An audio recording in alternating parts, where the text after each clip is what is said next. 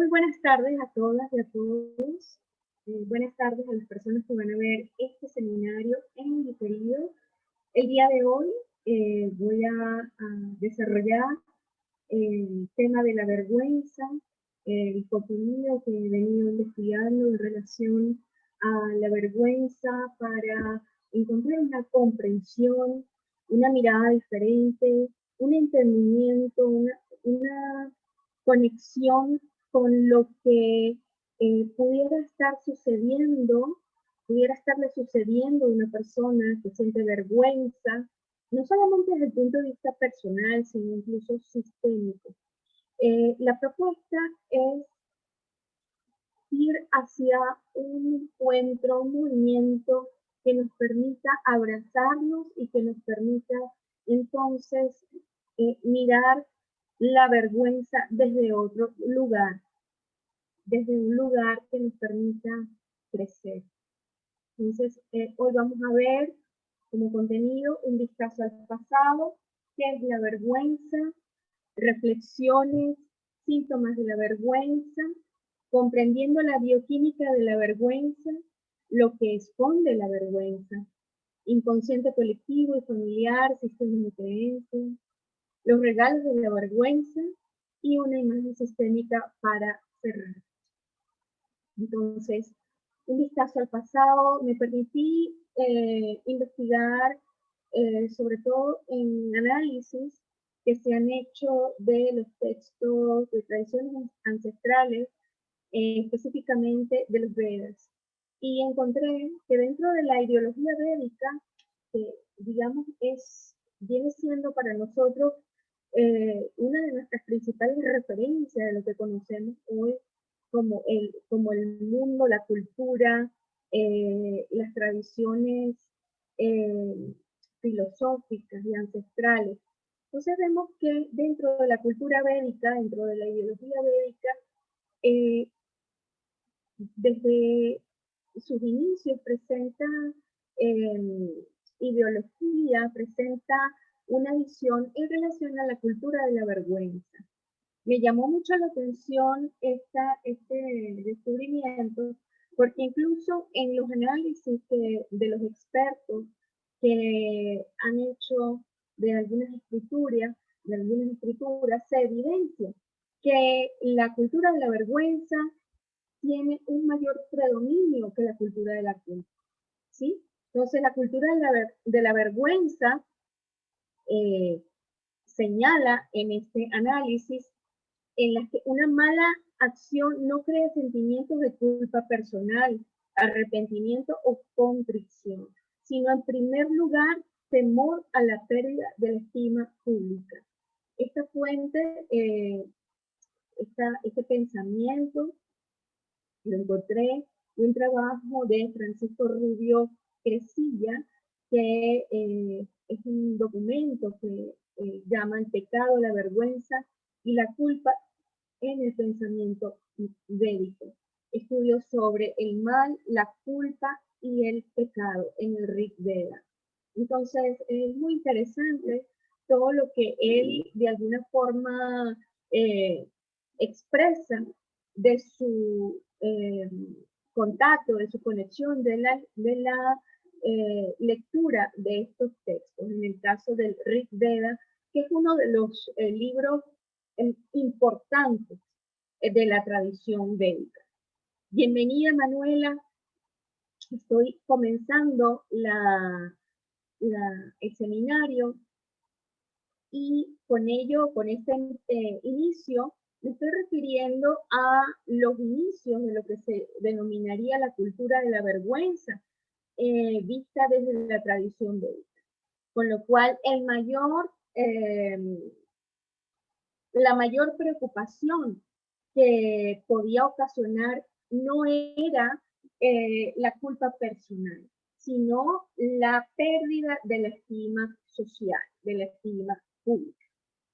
Esto es muy importante entenderlo porque todo lo que nosotros estamos repitiendo hoy, sintiendo hoy, replicando hoy, no es más que aquello que se formó desde el inicio de los tiempos, por parte de nuestros ancestros. Nuestros ancestros han venido modelando, modulando, pues, en los distintos sistemas de los que provenimos, en las distintas culturas, tradiciones, religiones. Esto se debe a que cada información que ha sido llevada, ha sido expresada, ha sido incluso pensada, queda inscrita en lo que se llama el campo mórfico, el campo morfogenético, que también otros le denominan el campo cuántico. Todo está registrado. En las tradiciones hebreas se habla del libro de la vida, que todo queda inscrito en el libro de la vida. Pues sí, existe, el libro de la vida existe, no es un invento, y es que el espacio, la vida, nosotros, todo lo que existe y todo lo que está más atrás incluso de nosotros tiene información.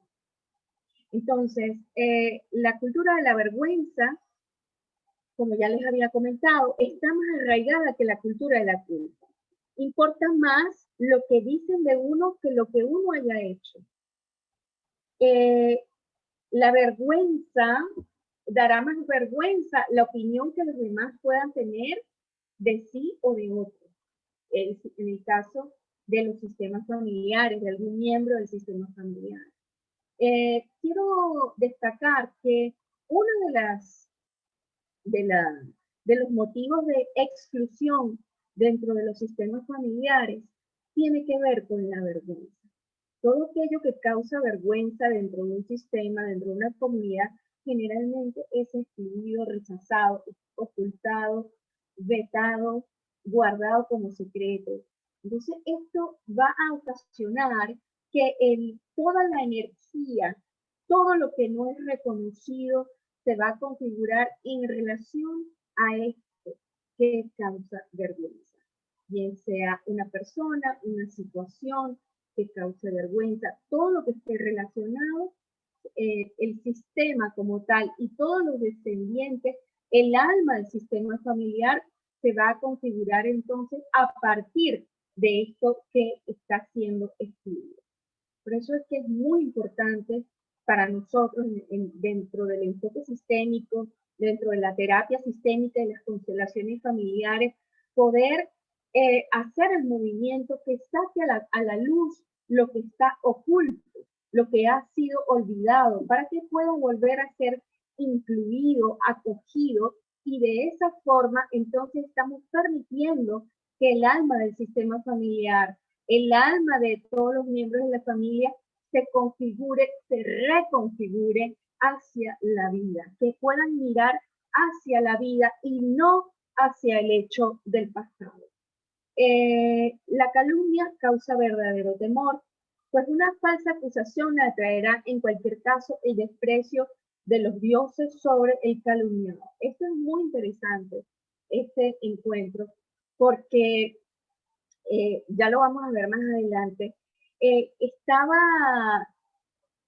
las personas que eran objetos de una persona podía ser calumniada, digamos, cuando me refiero a calumnia, porque cometió un hecho real o porque es falso, ¿verdad? Entonces, esto, de alguna forma, igualmente, más allá de que fuese verdadero o falso, igualmente iba, como sucede hoy por hoy, a ocasionar la vergüenza, la exclusión, el aislamiento de ese miembro.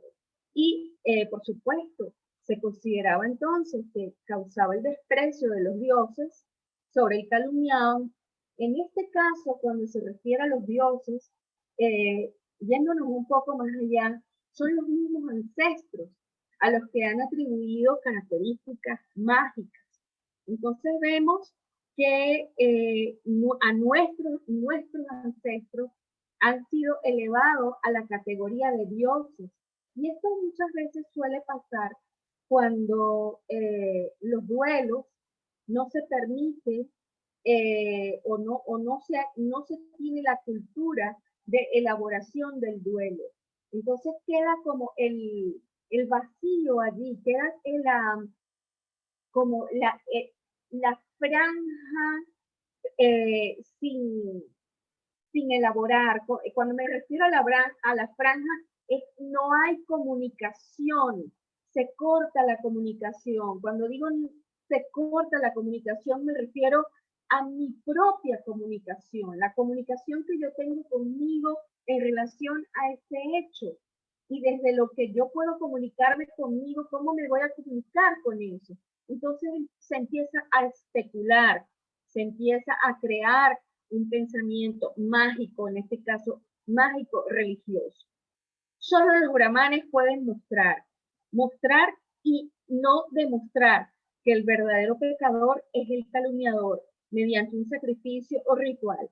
Y aquí vemos entonces la consideración, la elevación en el nivel social que se le da a los sacerdotes con la prerrogativa entonces de crear rituales para los brahmanes, para los jerarcas de la comunidad, a fin de eh, eh, presentar, de honrar a los dioses, también de agradar a los dioses, o bien de formular alguna situación que pudiera ocasionar alguna percepción de temor. No voy a decir de daño, de temor hacia el resto de los individuos. Entonces vemos que aquí comienza como un movimiento que, bueno, empieza a consolidarse en el tiempo y que ha desembocado en estructuras y sistemas de creencia donde pues tenemos en el fondo, tenemos miedo de lo que, de la ira de los dioses. Esto se reafirma también en el Antiguo Testamento de la Biblia. Entonces vemos que existen fuerzas, ya aquí comienza entonces este campo de compensación arcaica, donde estas fuerzas ciegas se levantan para entonces eh, mostrar o hacer yo no diría algún daño, pero sí se conoce los efectos y los daños que ocasiona, ¿no? En función a lo que se ha ido modulando en nuestras acciones, en nuestro sentir y en nuestro pensamiento. Quiero seguir con un poco con esta visión, esta investigación que me ha llevado en el caso de la cultura de la vergüenza, cuando comenzamos con estos albores de la tradición védica, la cultura de la vergüenza ha ido pasando incluso a la cultura griega, la cultura romana, hasta nuestros días.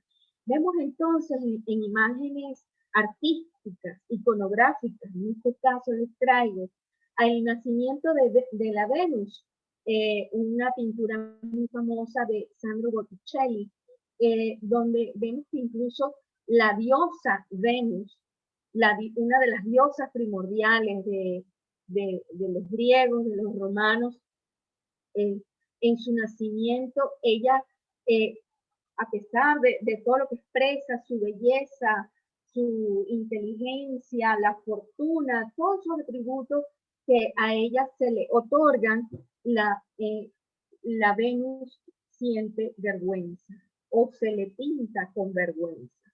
¿Sí? Vemos cómo se tapa su cuerpo, deja un pecho desnudo, su parte íntima, como la tapa con el cabello. Entonces, todas estas imágenes no son inocentes de ninguna manera. Estas imágenes le hablan al inconsciente, a la psique. Entonces, el inconsciente motivaba toda esta información que se ha venido generando desde el principio de las tribus, del hombre, pues ha venido asumiendo que ciertas formas pudieran significar esto. Esto es simbólico, ¿sí? Pudiera ser, sí, que nos digan, esto es el nacimiento de la Venus, es preciosa, Venus está con los dioses, con la vida que la anima, pero también vemos que hay una visión que, pues, seguramente si revisamos, nos vamos a dar cuenta que hay algo de esa expresión que causa vergüenza. ¿Sí? Vemos también la Anunciación, la pintura de Fra Angelico.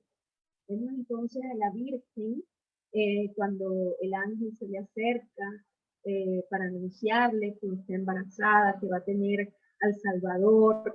Entonces vemos que cómo está la Virgen en su postura, y sin embargo también dentro de esta pintura vemos al fondo dos figuras, en este caso están vestidas, pero son Adán y Eva expulsados del paraíso. Expulsados en el seminario anterior del martes pasado, hablé de la culpa, pero también la vergüenza y la culpa se nutren. En este caso, traigo nuevamente la figura de Adán y Eva a través de esta pintura, porque esto es un meta mensaje, ¿sí? Que pudiéramos interpretarlo de mil maneras. Cada quien quizás lo va a recibir de una manera distinta. Pero aquí también lo que yo siento es que hay una advertencia, ¿sí?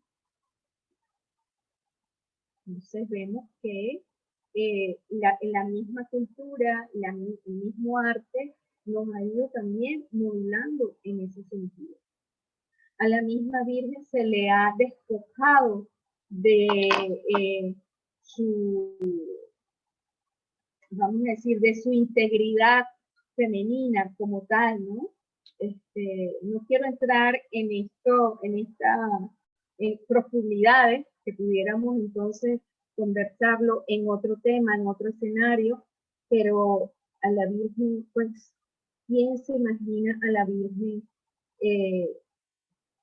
diciendo no, por ejemplo, poniendo límites? ¿Sí?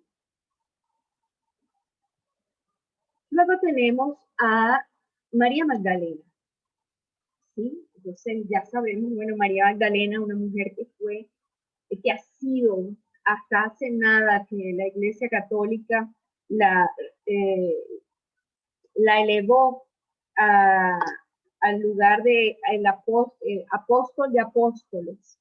Sin embargo, tenemos cientos de años con una imagen de la María Magdalena calumniada, humillada, dejada, ¿verdad? ¿Y por qué les digo esto? Porque ¿por qué traigo estas figuras femeninas en este tema de la vergüenza? Porque justamente la cultura, las tradiciones y la religión han usado estos códigos para controlar eh, al otro, ¿no? No quiero decir con esto que el hombre no haya sentido vergüenza.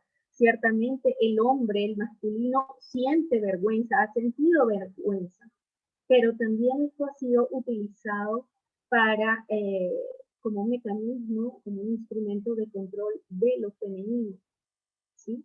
Eh, es muy interesante esta visión, puesto que se rechaza incluso lo femenino que habita en el ser humano, ¿sí? Entonces, cuando tenemos esto tan reprimido, cuando tenemos esto tan inhibido, por supuesto, lo que estamos creando son traumas, brechas, separaciones, ¿sí? La religión ha sido organizadora del control social del cuerpo, especialmente del cuerpo de las mujeres a través del deber ser. Se expresa entonces la negación de un pensamiento autónomo, de la toma de decisiones, y se fortalece entonces la pasividad y la sumisión. Y todo esto ha sido a través de la calumnia, a través del rumor, a través de la amenaza de la pérdida de la estima social. Anteriormente, y esto pues lo podemos ver en cualquier libro antiguo, incluso en la Biblia, las mujeres eran lapidadas a mansalva, y esto estoy segura que venía de mucho más atrás. Hasta hace nada las mujeres fueron eh, pues, calcinadas en la hoguera, fueron lanzadas aniquiladas desde todo punto de vista. Todavía hoy se percibe eso, todavía hoy eso está presente. Entonces, se dice incluso que la aniquilación social a través de la calumnia, del rumor, es mucho más dolorosa que la propia muerte. Entonces, es una forma de, evidentemente, de violencia, de control, de sembrar el miedo en el inconsciente, en la psique del ser humano, especialmente de las mujeres. ¿Qué es la vergüenza? La vergüenza se trata de una experiencia relacional, pero también la vergüenza es una emoción. ¿Qué nos indica la vergüenza? Que nos sentimos inferior en comparación a otros, que eh, reconocemos que, o más bien, incrementamos nuestra visión, eh, nuestra sensación de imperfección, de ser fallidos, de tener fallos, cuando los demás no. Es como la famoso cuento del césped verde del vecino. ¿Por qué el césped verde del vecino es más verde que el mío? Es un poco, eh, digamos, para poner la imagen de esta forma, ¿no? Sin saber qué es lo que hace el vecino, qué es lo que siente, qué es lo que tiene el vecino. ¿Sí? Entonces siempre estamos comparándonos con respecto a los otros. Estamos entregando, poniendo el poder, nuestra esencia en el otro, sin saber incluso quién es el otro. Entonces, esto es parte de lo que sucede con la vergüenza, con esta experiencia, con esta relación. Siente, cree, percibe que está expuesta al escrutinio de la mirada de los demás que la miran con ojos críticos. Y esto es muy importante verlo porque existe entonces la mirada crítica que para la persona que siente vergüenza, que tiene esta impronta, la va a exacerbar, la va a exponenciar y va a replicar, va a repetir nuevamente el ciclo que le genera, que le provoca todos los síntomas físicos, emocionales, eh, de cuerpo, de actitud, que lo van a ir eh, lastrando a, pues, a un vacío, a un cuarto oscuro de tristeza, de depresión, de aislamiento, de timidez, de todas las características que ustedes, de huida incluso, ¿sí? No solamente que huye, que puede huir físicamente, es que huye internamente, entonces no es capaz de ni siquiera de relacionarse consigo mismo, ni relacionarse con el exterior o lo que se conoce como exterior, ¿sí? Lo siente hostil, no puede gestionar lo que sucede afuera. Le es imposible. Es la vergüenza, sobre todo cuando se intensifica esta emoción, cuando se intensifica esta experiencia, podría ser incluso incapacitante, ¿sí? Hay incluso estudios que señalan el desarrollo de trastornos que, bueno, conducen a la persona a aislarse completamente del mundo. La vergüenza se origina a partir del sentimiento de vulnerabilidad de uno mismo frente a los otros.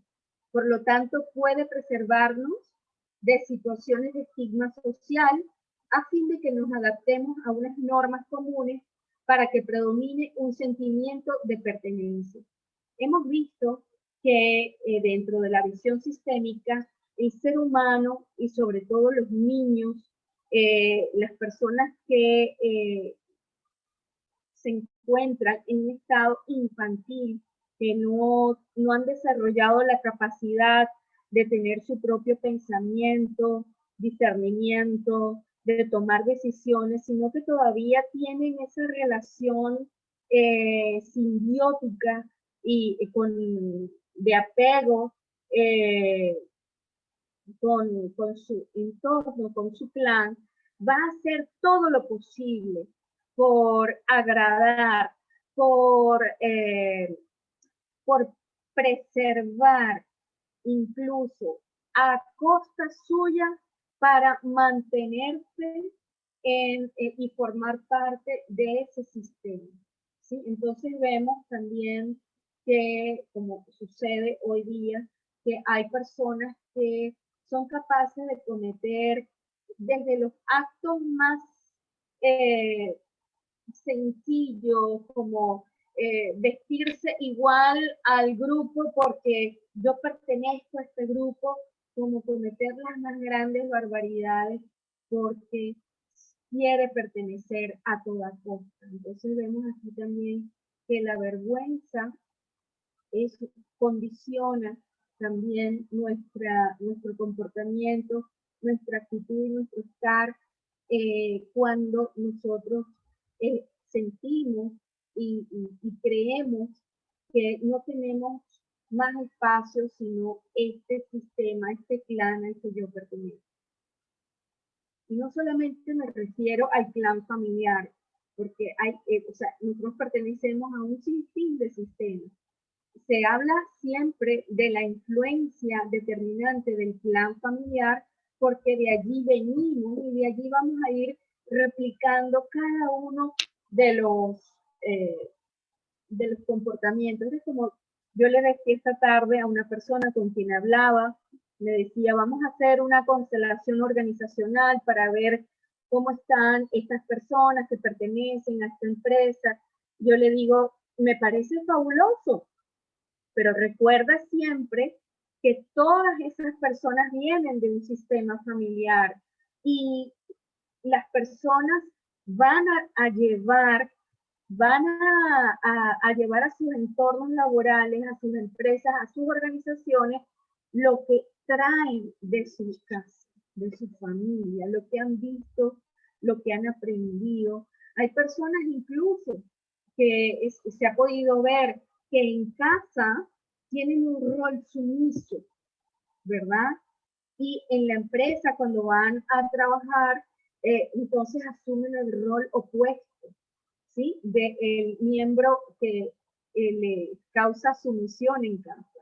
Entonces vemos allí toda una serie de dinámicas relacionales que se van entretejiendo, enmarañando en los distintos espacios donde nosotros pues, hacemos vida.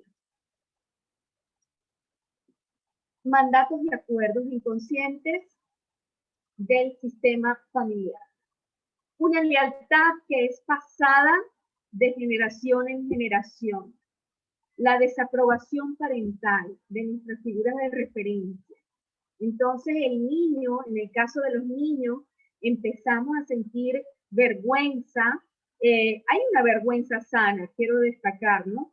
Pero cuando esto nos inhabilita, nos incapacita, entonces comienza allí a fortalecerse todas estas lealtades que les he venido mencionando a grosso modo, porque recordemos que el sistema familiar está dentro de grandes estructuras sistémicas como la cultura, la religión, el país, la comunidad. Entonces todo esto está continuamente intercambiándose y relacionándose, ¿sí? Entonces, en el caso de nosotros cuando somos niños, ¿quiénes son nuestras figuras de referencia? ¿Quiénes son nuestros dioses?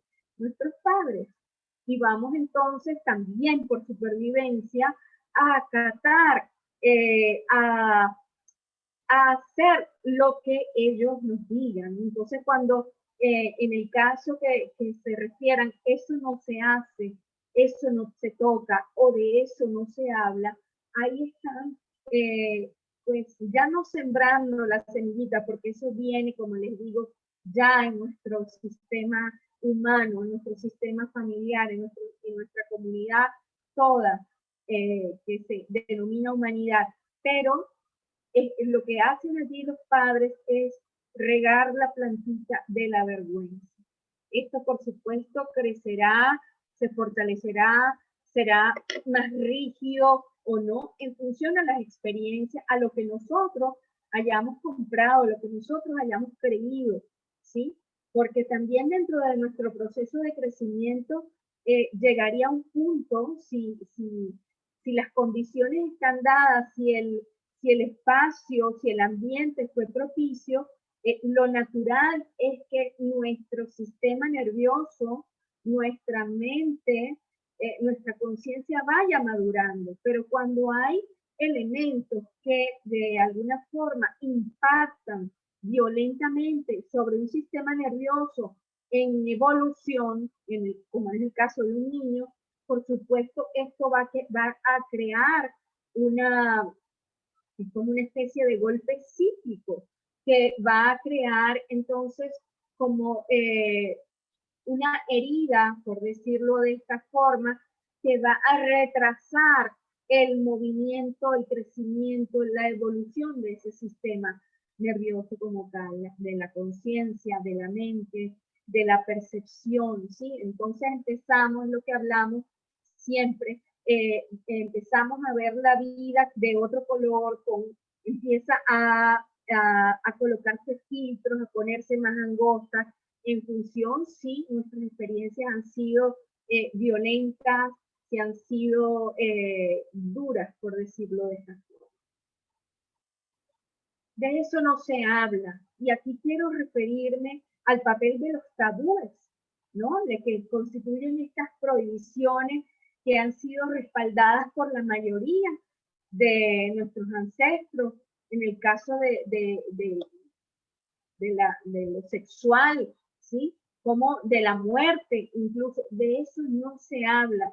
Y justamente cuando decimos eso, de eso no se habla, lo estamos excluyendo, estamos entonces creando vuelvo otra vez a decirlo, una configuración del sistema en relación a eso de lo que no se habla. Pues como al principio les comenté, se ha usado toda esta visión con castigos y sanciones sobrenaturales para crear y controlar a través del miedo. Los secretos del sistema fortalecen la exclusión. Si tienes pensamientos inquisidores, si nace el impulso de aislarte con los demás y ocultarte, si sientes miedo al rechazo, si notas calor en todo el cuerpo, especialmente en la cara, y te sientes pequeñita, si evitas el contacto con el otro, con los demás, o te justificas, entonces ahí hay un tema de vergüenza, de que revisar. Estos pensamientos inquisidores, ¿cómo se expresan?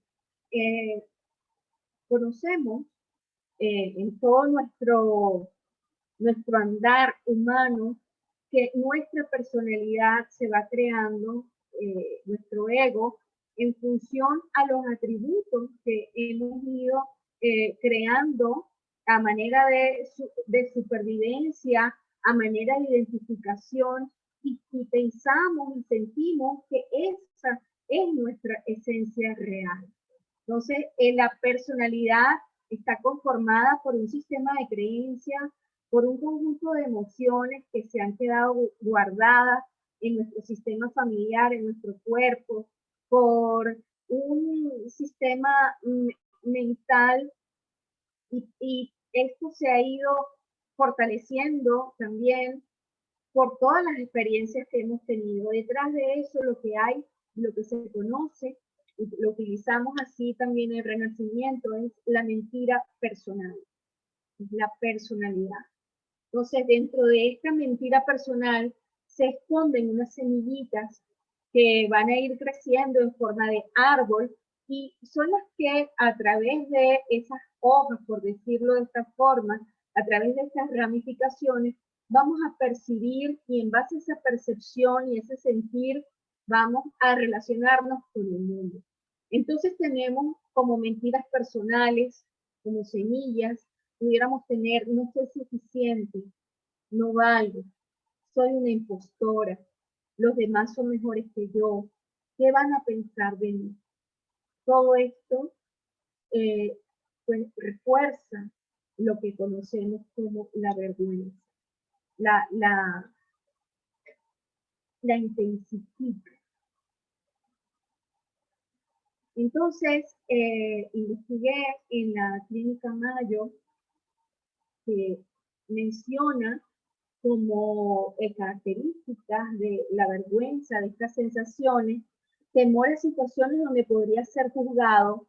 Esto genera angustia por sentirse con la posibilidad de ser avergonzado o humillado, temor intenso a interactuar o hablar con extraños, temor a que los demás noten que estás ansioso, temor a tener síntomas físicos que puedan causarte incomodidad, como sonrojarte, sudar, temblar, o que te tiemble la voz, lo que intensifica la dinámica de temor intenso a interactuar con otras personas. Entonces vemos que la vergüenza es un círculo que lo que va a, en el caso de que sigamos repitiendo continuamente este pensamiento, esta emoción, esta sensación y este actuar, lo que estamos haciendo es profundizar la experiencia dentro de nosotros.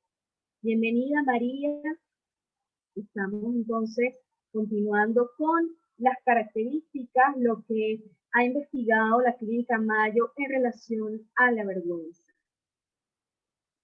Entonces, ¿qué conlleva a una persona que siente una vergüenza intensa, crónica? Deja de hacer algunas actividades, deja de hablar con ciertas personas por miedo a sentirse avergonzado, deja de incluso, que es muy común, hablar en público, le cuesta muchísimo hablar en público, evita situaciones donde pueda ser el centro de atención porque se siente con están sobre ella, que la miran con crítica, que la miran con recelo. Todo esto es un infierno para la persona. Imagínense todo lo que pudiera estar generando internamente, pensando, sintiendo una persona que tiene todos estos síntomas de vergüenza, de ansiedad, le sudan las manos, le tiembla la voz, siente mareos, pensamientos que no le permiten entonces centrarse y poder expresarse de una forma coherente, asertiva, ¿sí? Entonces todo esto refuerza la experiencia. Entonces tener ansiedad en los momentos previos a enfrentar una situación o actividad que te da miedo, soportar una situación social con ansiedad, pensamientos catastróficos. ¿Sí? En una definición que da de la vergüenza, Fernández Guerro, en el 2016, dice, la vergüenza tiene un componente de atribuciones internas de responsabilidad. Yo lo he hecho mal, yo he metido la pata. Estos son pensamientos, ideas que probablemente la persona ni siquiera se da cuenta de lo que está diciéndose, ¿no? Pero lo repite, es como un bucle mental y un bucle emocional. De esta forma se produce un sentimiento de aislamiento y de ocultación. La vergüenza es una de las experiencias humanas más intensas, puede llegar a ser incapacitante. La vergüenza, como ya les comenté, María acaba de entrar y quiero repetirlo, es una de las formas de exclusión, es una de las formas que causa exclusión dentro del sistema familiar. Entonces, cuando una persona siente vergüenza, se aísla y se oculta, probablemente está ocupando el lugar de algún ancestro. Entonces es muy interesante esta visión, porque cuando nosotros registramos a través del árbol ancestral, elaboramos la construcción del árbol, una constelación familiar, entonces vemos dónde está la lealtad de esa persona y dónde está, por qué siente esa vergüenza. Recordemos que nosotros no solamente heredamos el ADN, el fenotipo, las características físicas y todas las demás características que pudiéramos heredar de nuestro sistema, de nuestros ancestros. También heredamos los pensamientos y las emociones. Y esto es un hecho. Esto se ve ya científicamente en psicogenealogía, se ve en las distintas ramas de investigación en antropología de las ciencias, ¿no? Esto no es algo que yo me estoy inventando, esto está allí, ¿sí? En la neurociencia. Están haciendo investigaciones importantes en este sentido. Entonces, es el pensar lo que los otros piensan sobre nosotros, lo que nos hace enriquecer. Esta frase de Charles Darwin. Charles Darwin es digamos, el que propuso la famosa teoría de la evolución de la especie, o la evolución de las especies, del ser humano. Entonces él se encargó de observar cómo había sido el proceso evolutivo de diferentes especies hasta el momento en que él pues, estuvo presente con vida, ¿no? Entonces dejó escritos, dejó libros, papeles con todas estas observaciones que él hizo y de alguna forma su pensamiento ha influido de forma determinante en nuestra cultura, en nuestra forma de ver la vida. La vergüenza es una mezcla de sangre y adrenalina. Por eso nos enrojecemos, ¿no? Porque ya les quiero hablar de la vergüenza y el sistema nervioso. Entonces, si, como les hablé al principio, la vergüenza fue utilizada desde el origen como un método, un mecanismo, un instrumento. En el caso, la cultura de la vergüenza, la calumnia y el rumor, como un método de control, ¿sí? Aquellas personas que lo padecían, que lo sufrían, eran excluidas, eran aniquiladas socialmente, ¿sí? ¿Qué sucede cuando una persona es excluida del clan? Para la tribu, para las tribus ancestrales, cuando una persona era excluida, inmediatamente esa persona era condenada a la muerte, bien sea porque no sabía, digamos, defenderse, protegerse de las inclemencias del tiempo, de los frutos, no podía cazar solo, por tanto quedaba a expensas de las bestias. En la noche, en el día, no me puedo imaginar cómo ha podido ser eso, pero eso lo llevamos nosotros en nuestro cuerpo, eso lo llevamos nosotros registrado. Imagínense, yo estaba pensando un poco, cuando nosotros tenemos miedo, segregamos cortisol, adrenalina, una serie de hormonas y de neurotransmisores que también nos preparan, bien sea para la lucha, para la huida o para el congelamiento. Entonces, eso también va a cambiar nuestra bioquímica y que en muchos casos un miedo intenso nos puede hacer expresar un olor, un aroma a enfermo, a muerto, cualquier cosa que digamos que pudiera generar una situación de miedo puntual, de miedo extremo. Todo eso también está investigado, pero así como cuando generamos aromas, cuando estamos enamorados, cuando estamos en esa relación con el otro, cuando nos sentimos agradados, cuando nos sentimos en bienestar, no solamente emanamos aroma, emanamos vibración, emanamos una frecuencia. Imagínense ustedes una persona que es excluida, que es abandonada a merced de la inclemencia del tiempo y de las bestias, lo que ha podido sentir. Eso se ha quedado registrado en nuestro cuerpo. Esa adrenalina es producida por nuestras glándulas suprarrenales. Estas glándulas suprarrenales son activadas por el sistema simpático, que es un sistema que activa, que controla automáticamente parte de nuestros órganos para la vida, ¿sí? Para la supervivencia.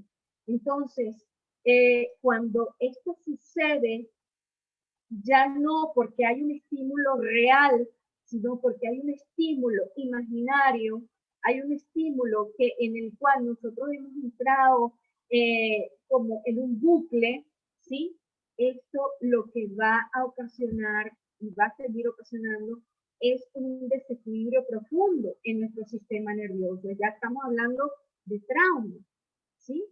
Cuando la vergüenza se convierte en algo crónico, en algo intenso, repetitivo, que nos incapacita. Estamos hablando de un trauma personal y un trauma sistémico, porque estamos entonces expresando un síntoma, ¿sí?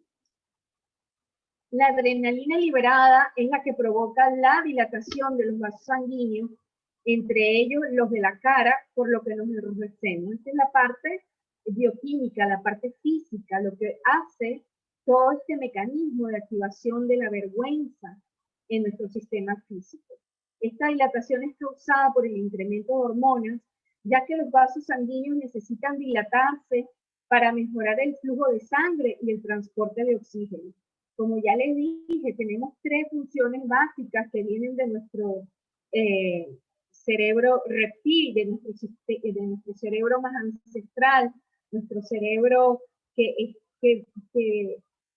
vigila, que está allí presente, su función es nuestra supervivencia. Por tanto, entonces nosotros vamos a estar en estos 3 movimientos, o la huida, o la lucha, o hacerte el muerto, que lo tienen todos los animales, pero en el caso del ser humano, con todo su sistema tan complejo, a veces es muy difícil volver a recuperarnos y a reestabilizar, a estabilizar el sistema nervioso. Entonces nos seguimos quedando fragmentados porque hemos tenido un impacto que no hemos podido entonces hacer el movimiento de recuperación. Quiero decirles que el trauma, todas estas respuestas son movimientos inteligentes de la evolución. No quiere decir que son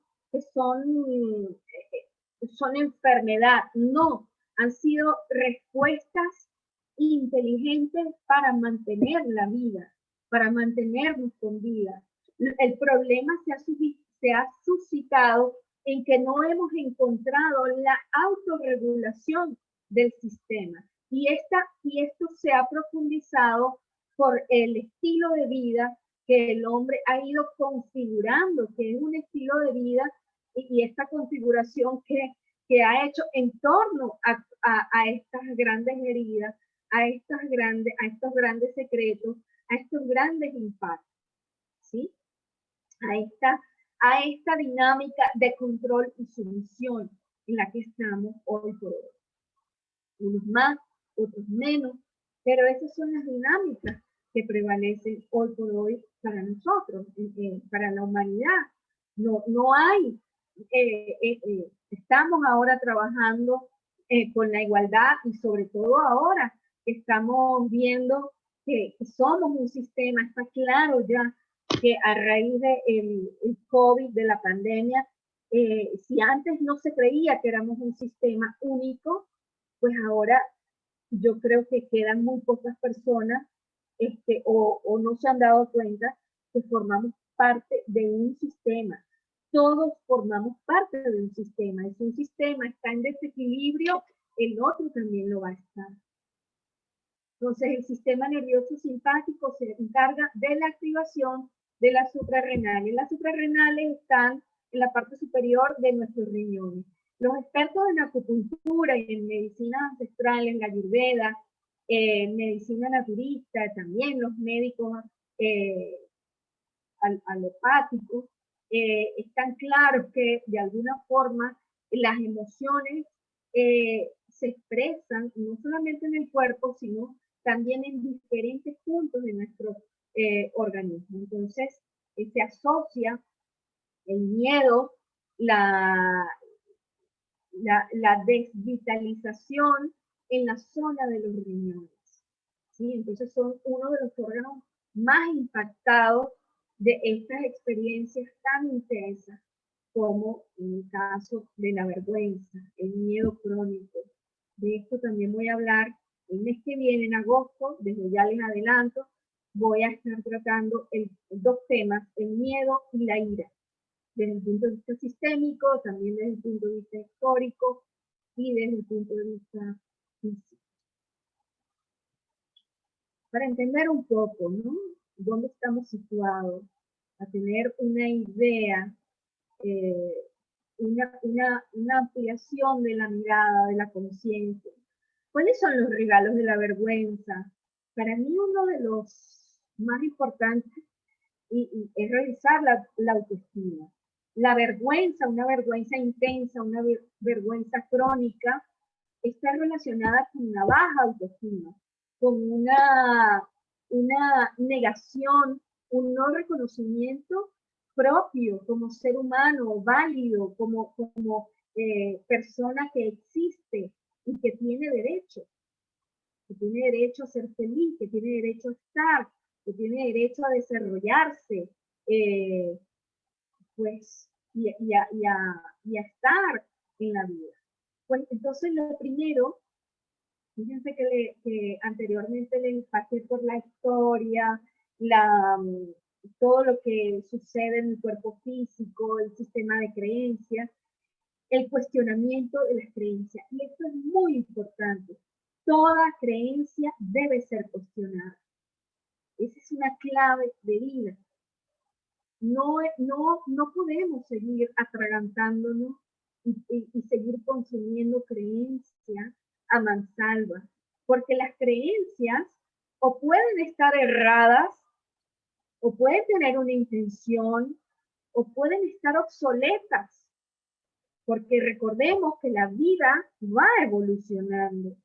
Entonces, en función a la evolución, hay creencias que dejan de perder su vigencia, su validez.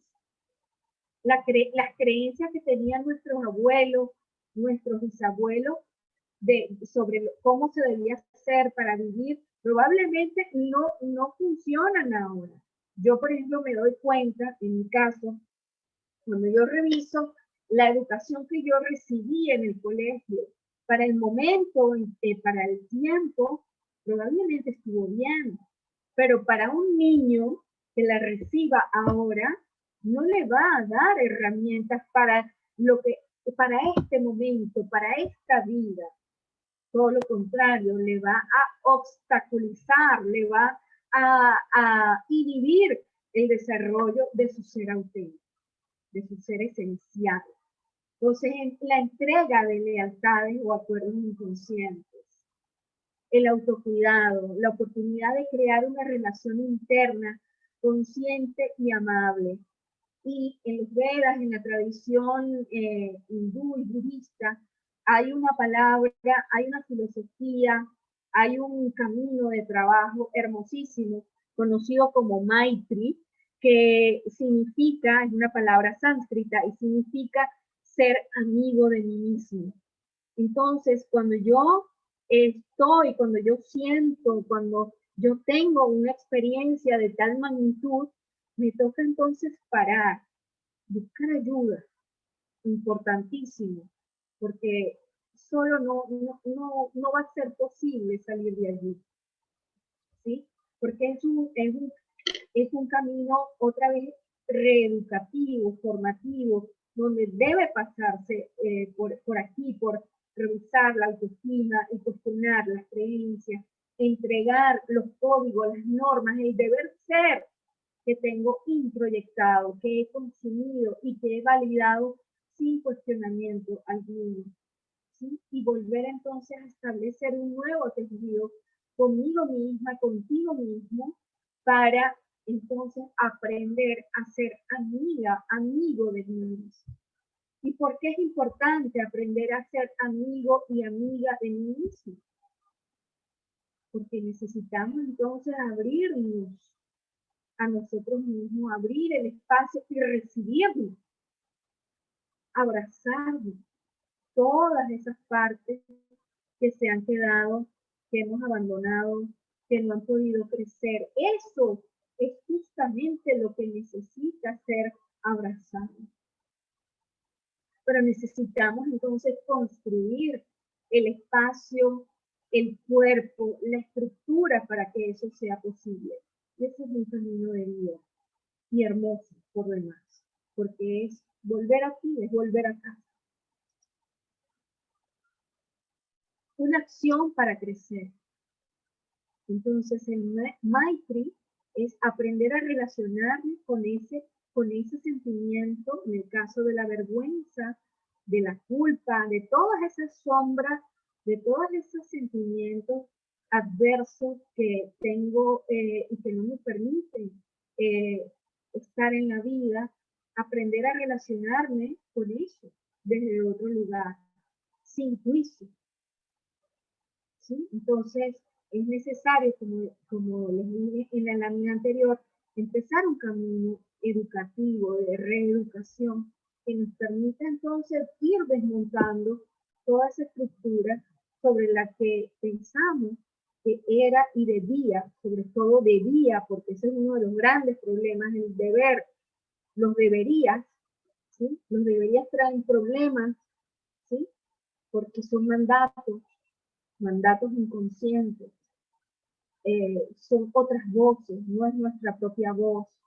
Y cuando nosotros escuchamos otras voces y no atendemos a nuestra propia voz, nos estamos excluyendo de nosotros mismos. Y al excluirnos a nosotros mismos, entonces estamos siendo leales a los excluidos de nuestro sistema familiar. Nos estamos colocando en las posiciones de exclusión de nuestros ancestros. ¿Qué te causa vergüenza? Eso es importante hacerse esa pregunta. ¿Qué nos causa vergüenza? La desnudez, como ha sido la vergüenza, el rumor, la calumnia, un instrumento de aniquilación social. El cuerpo es el objeto directo de donde se expresa este movimiento, esta fuerza ciega asociada a la vergüenza. Hay personas que no conocen su cuerpo, hay personas que no ven su cuerpo, no son capaces de mirarse frente a un espejo y mirar su cuerpo sin decirse un juicio, sin decir, mira qué gorda estoy, mira que cada vez que decimos una palabra en contra de nuestro cuerpo, nosotros estamos incrementando este movimiento, esta fuerza ciega, estamos sumando más vergüenza, estamos sumando exclusión. ¿Y qué es lo que sucede en nuestro cuerpo cuando hacemos esto? Estamos desensibilizándonos. Nos estamos separando de nosotros mismos. Vamos entonces a empezar con el ejercicio sistémico. ¿Cómo se sienten hasta ahora? ¿Cómo han recibido esta información? Yo voy a dejar de grabar hasta aquí porque